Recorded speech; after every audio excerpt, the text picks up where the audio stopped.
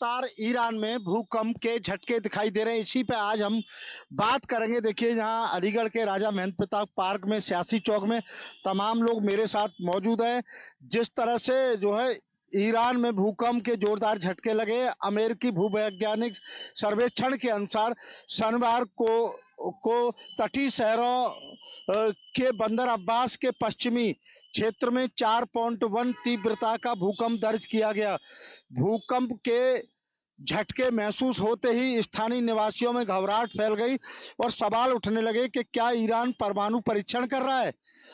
और सवाल ये भी है कि हमें कि क्या इस जंग में जो फैसला परमाणु हमले से होगा। इसी पे आज हम बात करेंगे। मेरे साथ तमाम लोग यहाँ मौजूद है, इन्हीं से हम जानने की कोशिश करेंगे कि जिस तरह से जंग के बीच ईरान में भूकंप के झटके जो लगातार आ रहे हैं, लोगों को दिक्कत हो रही है, घबराहट हो रही है। देखिए, मुझे ऐसा इंट्यूशन हो रहा है कि कहीं ना कहीं ईरान जो है वो है न्यूक्लियर टेस्ट में भी कर रहा है वहां। मुझे ऐसा इंट्यूशन हो रहा है। उसका रीजन ये है कि ये जंग सिर्फ और सिर्फ इजराइल और अमेरिका द्वारा इसलिए करी गई कि कहीं ना कहीं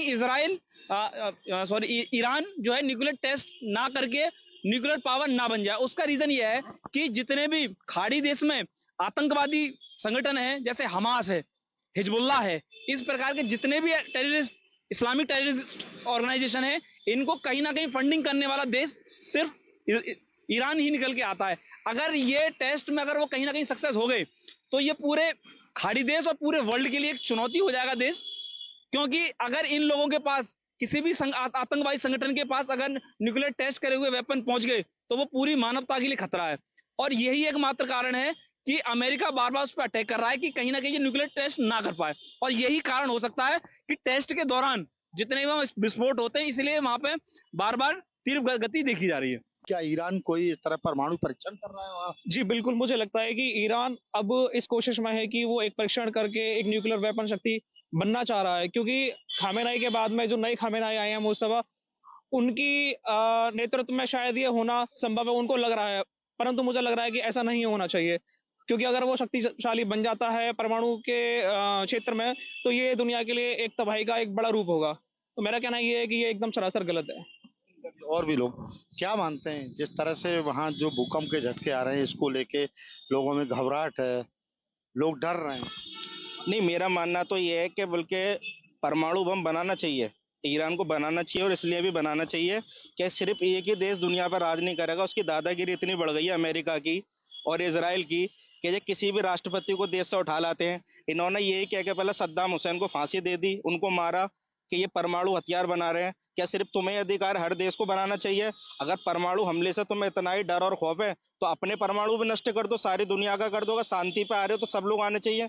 लेकिन अगर तुम दादा बन जाओगे, लेकिन ये लोग जब सन 1998 में वाजपेयी जी की सरकार थी, जब हमने भी न्यूक्लियर वेपन बनाया था, इन्होंने ही विरोध किया था कि हम इसका आविष्कार न कर लें।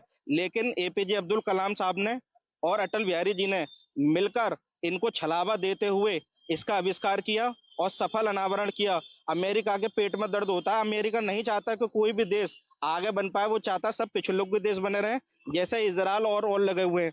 लेकिन परमाणु शक्ति उन्हें बनानी चाहिए और परमाणु तैयार करते हुए तुरंत इजराइल को नेस्तो नाबूद करना चाहिए, नक्शे से मिटा देना चाहिए। मैं यही मांग करता हूँ। देखिए, ये अमेरिका की तरफ से स्टेटमेंट आ रहा है कि वहाँ परमाणु वो तैयार कर रहे हैं या उसकी वजह से हलचल हो रही है। भूकंप वगैरह तो देखो ये आते रहते हैं और भी, क्योंकि वो क्षेत्र ऐसे हैं वहाँ पे आइंदा भूकंप आते रहते हैं।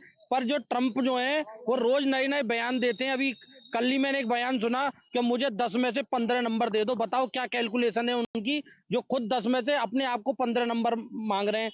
कभी वो डरने लग जाते हैं, बोले जी मैं बात करने को तैयार हूँ, कभी तीव्र हमले की बात करते हैं। तो अब इस टाइम जो है ना, जो ट्रंप है विश्वास पात्र नहीं रहे हैं वो, और उनके बयान बिल्कुल गलत आ रहे हैं और विश्व में अशांति वो फैला रहे हैं। और रही ईरान की बात, भाई वो अपनी रक्षा कर रहा है, अपने आप को मजबूत कर रहा है, जिससे कि बैजुल्ला के जो राष्ट्रीय प्रमुख को अमेरिका बेड़ी डाल के उठा के ले गया।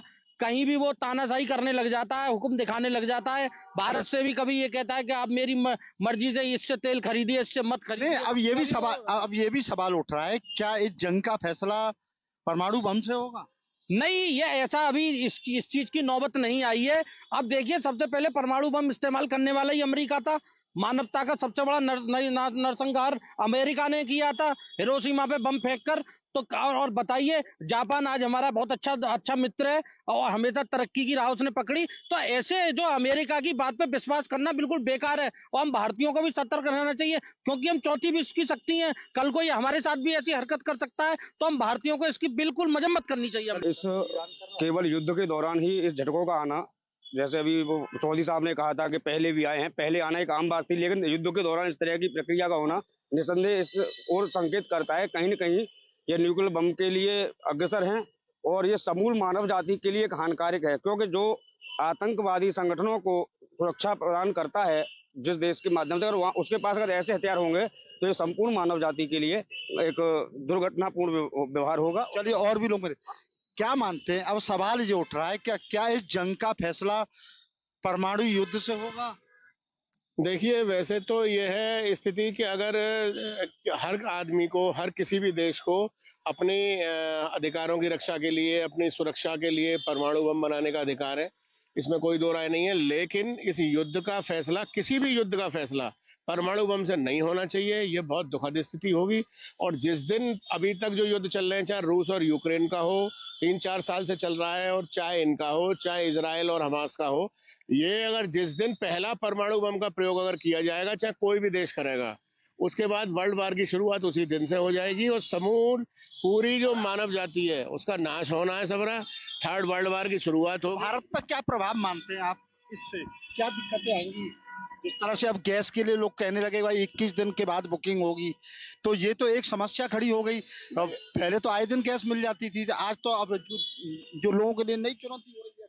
देखिए, अगर युद्ध फैलता है, क्योंकि ईरान से हम बहुत बड़ी तादाद में तेल खरीदते थे, क्रूड ऑयल खरीदते थे, और रूस से भी अब लेते हैं हमने। हालांकि रूस से अब ज़्यादा लेना शुरू कर दिया है।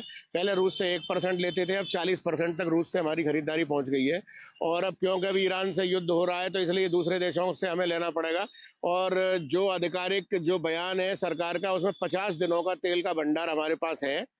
और लेकिन ये कुल मिला के अगर युद्ध की स्थिति आगे बनती है और बढ़ती है आगे, तो उससे असर तो पड़ेगा ही पड़ेगा। जाहिर सी बात है, पूरे देश पे, पूरी समाज पे, पूरी दुनिया पे। चलिए देखिए, ये देखिए, तमाम लोग मेरे साथ यहाँ मौजूद थे अलीगढ़ में। हमने लोगों के मन की राय जानने की कोशिश की और लोगों से जानना चाहा। लोगों का कहना ये था कि जिस तरह से जो भूकंप के झटके आ रहे हैं, उसको लेके ईरान निश्चित ही कोई न कोई परमाणु परीक्षण कर रहा है। तो वहीं कुछ लोगों का कहना भी था कि इसका असर भारत पर भी पड़ेगा।